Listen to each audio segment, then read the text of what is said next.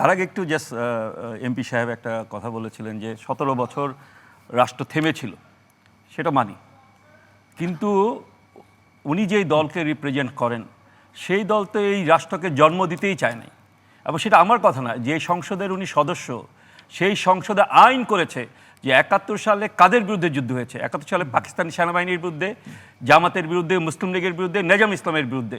ফলে ওনারা এইটা না, উনি পাকিস্তান সৃষ্টিরও বিরোধিতা করেছিলেন। ওনাদের জনগণ তাদেরকে ভোট দিলে এখন কি করবেন? না, জনগণ ভোট তো দিবে, হিটলারকেও মানুষ ভোট দিয়েছে, এটা নিয়ে কোনো মানে প্রশ্ন করা যাবে না। হিটলারও ভোট পেয়েছিলেন, মানে গণতান্ত্রিকভাবে নির্বাচিত হয়ে ফেসিস্ট হয়েছিলেন। শেখ হাসিনাও নির্বাচন করে ভোট পেয়েছিলেন, ফেসিস্ট হয়েছেন। সুতরাং ভোট দিয়ে আপনি জিনিসটাকে হলো বিবেচনায় নিতে পারবেন না। কি দিয়ে বিবেচনায় নিতে? যে বিবেচনা করতে হবে যে আপনার ইতিহাস কি, ঐতিহ্য কি, আপনার পুরনো বক্তব্য কি, এবং আপনি সংসদের প্রথম দিন যে আচরণ সংসদের ভিতরে করেছেন, বাংলাদেশের পতাকার, হ্যাঁ, জাতীয় সঙ্গীতের প্রতি অবমাননা করেছেন, এবং যেই কথাটা আপনাদের একজন সংসদ শুরু করার আগে বিএনপি ব্যর্থ হয়েছে সাউন্ড সিস্টেম ঠিক রাখতে, এটা আগে নিতে হবে। সেটা তো আপনাদের আপনারা শুনে বিএনপি শুনতে পারলো, আপনারা শুনতে পারলেন না। বিএনপির সব সদস্য দাঁড়ায় নাই, এনসিপি শুনলো, আপনাদের বিএনপির পাশে সব বসা সদস্য দাঁড়ায় নাই, বিএনপির সব সদস্য অবশ্যই দাঁড়িয়েছিল। নো নো, সবাই দাঁড়িয়েছিল। জাতি দেখেছে টেলিভিশনে। আমাদের দর্শক, প্রথম যে দর্শক তিনি যে কথাটা বলেছেন যে জীবন ঘনিষ্ঠ বিষয় নিয়ে আমরা আলোচনা করছি না, আসলে আলোচনাটা শুরুই হয়েছে আমাদের ক্ষমতা কেন্দ্রিক। রাজনীতিবিদরা তো ক্ষমতা চায়, সুতরাং ক্ষমতা ইস্যুগুলি নিয়ে আলোচনা করেছেন। কিন্তু এই পার্লামেন্টে মানে এনসিপি, আমি জানি না অন্তর্বর্তীকালীন সরকারের দল ছিল কিনা, কারণ তারা বিনা নিবন্ধিত যখন ছিল তখনও তারা বাংলাদেশের 3 নম্বর দল হিসাবে বিবেচনা হতো। বিএনপি, আপনার জামাত ইসলাম এবং এনসিপি। এনসিপি কেন 3 নম্বর দল ছিল সেটা বোঝার ক্ষমতা আমার অন্তত নাই। তাহলে তাদের স্বীকার করতে হবে যে তারা প্রফেসর ইউনূসের দল ছিল বা অন্তর্বর্তীকালীন সরকারের দল ছিল।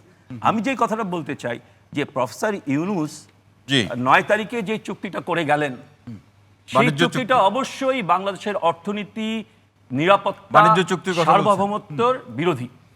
এই পার্লামেন্টে মানে 27 তারিখের আগে একজন লোক খুঁজে পাওয়া যায় নাই যারা এই পার্লামেন্টে আপনার হচ্ছে এটা বিরোধিতা করবে। যখন বামপন্থীরা 27 তারিখে পার্লামেন্ট অভিমুখে অভিযান করলো এবং পার্লামেন্টের দ্বারে, মানে দরজায় দাঁড়িয়ে এটা প্রতিবাদ করলো এবং সকল পার্লামেন্ট সদস্যকে হচ্ছে খোলা চিঠি দিল, তখন একজন সদস্য রুমিন ফারহানা, তিনি পয়েন্ট অফ অর্ডার এই বক্তব্য দিতে চেয়েছিলেন, কিন্তু তাকে সেই বক্তব্য দিতে দেওয়া হয়নি। সুতরাং পার্লামেন্টের ভিতরে আপনারা মানে এই যারা কথা বলছেন তারা তো, আমরাও বলেছি দিল্লি না ঢাকা, দিল্লি না ঢাকা, ঢাকা ঢাকা। এখন তো স্লোগান উঠছে ঢাকা না ওয়াশিংটন, আপনারা বলছেন ওয়াশিংটন ওয়াশিংটন। আপনার চুক্তির পক্ষে, চুক্তির পক্ষে আপনারা অবস্থান নিয়েছেন।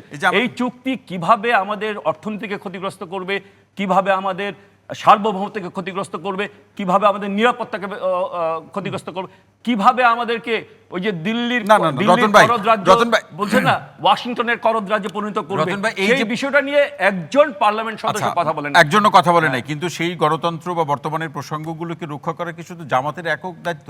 না, আমি তো বিএনপির কথা বললাম, আমি তো জামাতের কথা বললাম। তাদেরকে কেন জনগণ ভোট দিয়েছে এই প্রসঙ্গে তো আপনি বললেন শুধু ভোট তো শুনেন আপনি, আপনার এইবারের ইলেকশনটা হচ্ছে বাংলাদেশের সবচেয়ে বেশি অর্থ ব্যয় করার নির্বাচন, এটা আমি চ্যালেঞ্জ করে বলতে পারি। এবং যে পরিমাণ অর্থ জামাত ইসলাম খরচ করেছে সেইটা নিয়ে সরকারের একটা তদন্ত কমিশন করা উচিত, যে এই টাকা কোত্থেকে জামাত ইসলাম পেল।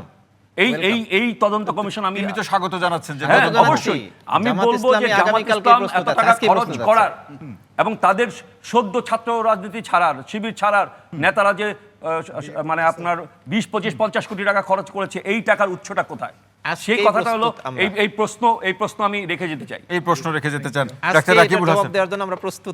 আমি তাহলে আপনার কাছে এই জবাবটা শুনবো। ডাক্তার রাকিব, একটা জাস্ট কথা বলি, নির্বাচন কমিশনে জামাত ইসলাম তার যে হিসাব দাখিল করেছে সেখানে সে দেখিয়েছে মাত্র 4.5 কোটি টাকা সে খরচ করেছে।